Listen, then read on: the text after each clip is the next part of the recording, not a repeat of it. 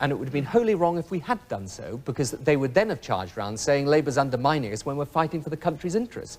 If the national interest is engaged, I will support the national interest. Or even if they're cocking it up, in your view? Well, they certainly were cocking it up, not merely in my view, but in the view of most people. But it is extremely important to remember we're a year on from the beef ban.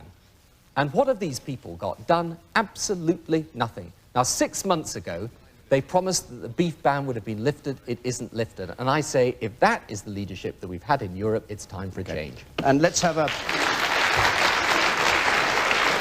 Plus, I'm not saying that we should get rid of the existing grammar schools that are there. I don't think there's any point in waging some great war and vendetta against that. But I'm not in favour of returning to the situation where you divided children up into successes and failures at the age of 11. Now, the Conservative proposal, as you probably know, is to have what they call a grammar school in every town. That will simply create, in all the other schools that aren't grammar schools, secondary moderns in every town. We don't want to go back to secondary moderns in every town. Now, I think it is possible to modernise the comprehensive principle. To say, yes, of course children will learn and move at different abilities and at different speeds, but we can do that by, say, setting in different subjects in schools. We don't need to do it by dividing kids up and shoving them into different schools. The successors go here, those that don't succeed go to the other place. I think that would be a regressive step in education, and it would mean that the great failure of British education, the great failure of British education, it educates 20% of the population well. We have got to educate 100% of our people well. That's why I don't believe it's sensible to return to the old system. All right, man on the right. To encourage parents to cooperate more in the education of their children, which is a very good question indeed. What we have suggested there is that schools should adopt what we call a homeschool contract between the parents and the school, so that the school knows what's expected of the school, and the parents know what's expected of the parents in the education of their children, so that we can deal with some of the problems that may arise, like truancy or indiscipline, homework that children should undertake, so that we can have a proper system of assessment of our children. I think there does have to be more parental involvement in the way that schools are run and in the way we organise our affairs, because we cannot leave education simply to the schools. The parents must be involved as well. All right. Well, we are committed to retaining that, I'm sorry to have to say to you, but you see, I think we've got to be careful here. Look, all children do develop in different ways. That is absolutely true. But you've got to make sure that children going through school do get the basics right. I mean, if they can't read and add up properly, and if they're not being taught, the very basic elements of a decent education, then actually their ability to develop in their own way is greatly restricted. We do get those basics right. I mean, my kids have just been doing SATs at the minute, and it puts pressure on everybody. But I do think that we've got a situation in this country where almost 50% of 11-year-olds have problems in numeracy and literacy. That isn't good enough for Britain. I mean, it really isn't good enough. And I think that by all means, a good teacher is a teacher for life. Teaching is far more than about teaching by rote. We all know that. And you're absolutely right in saying you've got to develop the personality and the character of the child. That is all absolutely true.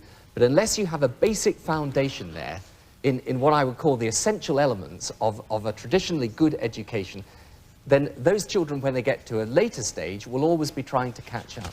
Okay. I really do believe that. Frederick J. I'm not persuaded of the case for electoral reform, but we've said that we would have a referendum on this issue, and the question to be decided by an electoral commission we will establish afterwards. And I think that is a matter, it's a debate that people have in this country about whether the system is fair or not.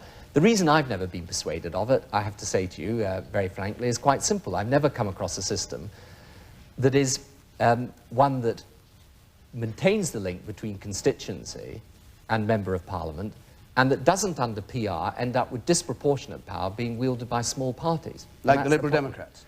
Well, you called them a small party, I didn't. But, I mean, I think that, it's... I don't think... I should have said what you hope. Well, I think it's perfectly reasonable to let people have a choice, but of course I would have a position on it. And it's essential also that we make sure that the very great concerns that people have about the electoral system are dealt with. And I understand those concerns, and I don't think there's anything wrong with change such as that being put to a plebiscite of the people. I simply have to say to you that, as I say, the great problem has always been, I think it was Margaret Beckett when she if I can mention Margaret again to you, when she was looking at this for us some years ago, always used to say, well, look, the great thing everyone always wants is the fair electoral system. Now, I accept there are inequities in the present electoral system, but the search for the fair electoral system can often be a lot more difficult than it sounds. What you've got to do is get the least unfair system. Principle that people in Scotland and Wales, if their system of government is going to be changed, have a referendum on it. And if the single currency arises, it's a big step of constitutional change. There should be a referendum on that, and ditto with the PR system, but I don't think there's anything to worry about.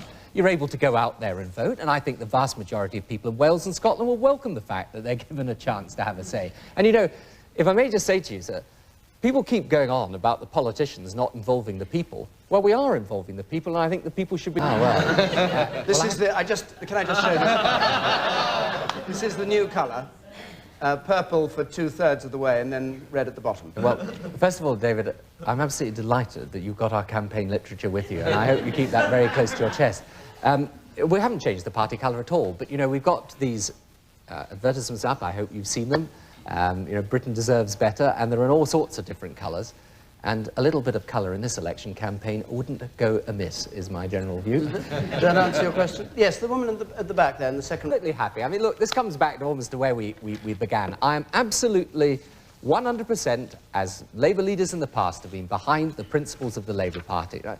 Fair deal for ordinary people, social justice, a sense of community, a society that is compassionate. I stand for that now, as the Labour Party's always stood for it. But I have to say to you, with all due respect to those particularly conservatives who bang on about how we've ditched all our principles, that back in the days when the Labour Party was unelectable, they used to say how terrible the Labour Party's unelectable. Now we've become electable, they say how terrible that Labour Party has become unprincipled. Prime Minister in 185 years. The British Labour Party had not won an election since the 1970s. Up next, his remarks to the British people upon arriving at 10 Downing Street to begin his first term in office. This is from May 2nd, 1997.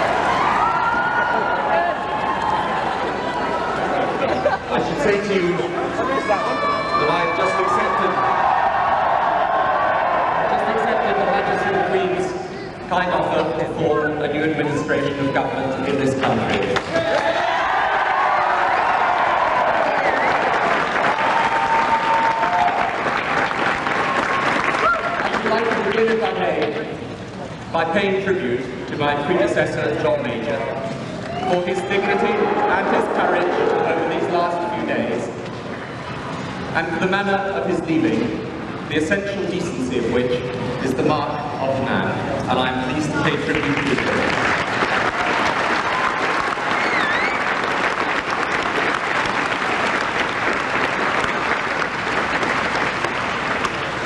As I stand here before number 10 Downing Street, I know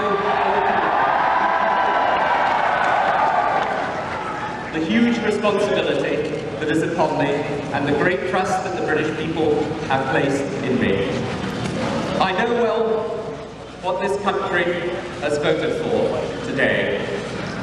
It is a mandate for New Labour, and I say to the people of this country, we ran for office as New Labour, we will govern as New Labour.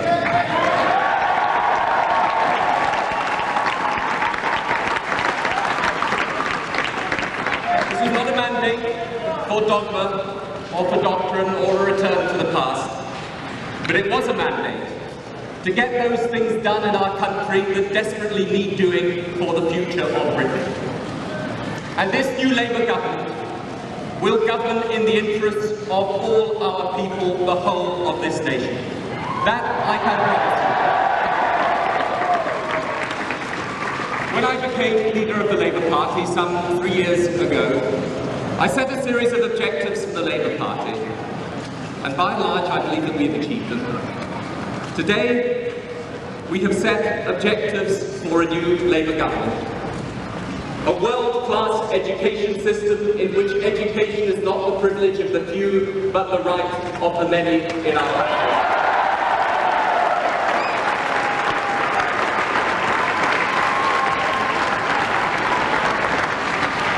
A new Labour government that remembers that it was the previous Labour government that formed and fashioned the welfare state and the National Health Service. It was our proudest creation. It shall be our job and our duty now to modernise it for a modern world, and that we will also do.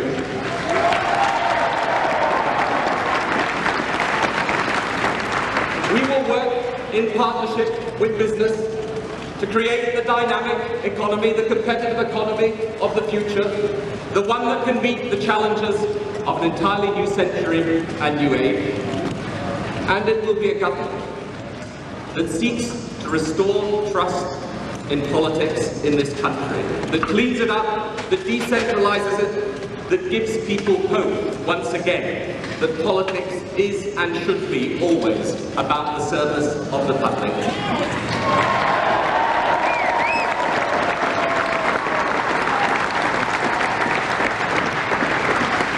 And it shall be a government too that gives this country strength and confidence in leadership, both at home and abroad, particularly in respect of Europe.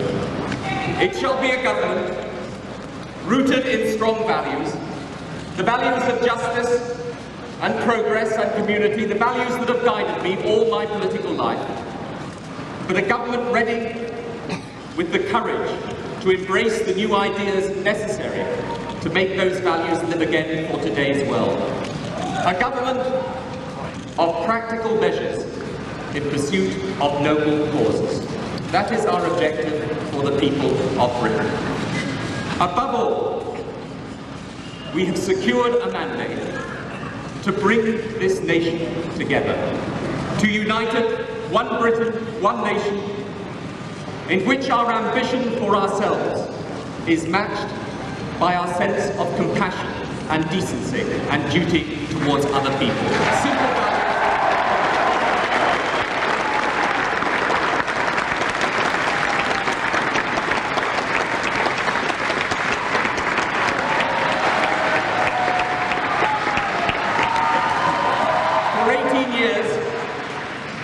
For 18 long years, my party has been in opposition. It could only say it could not do. Today, we are charged with the deep responsibility of government. Today, enough of talking. It is time now to do. Thank you.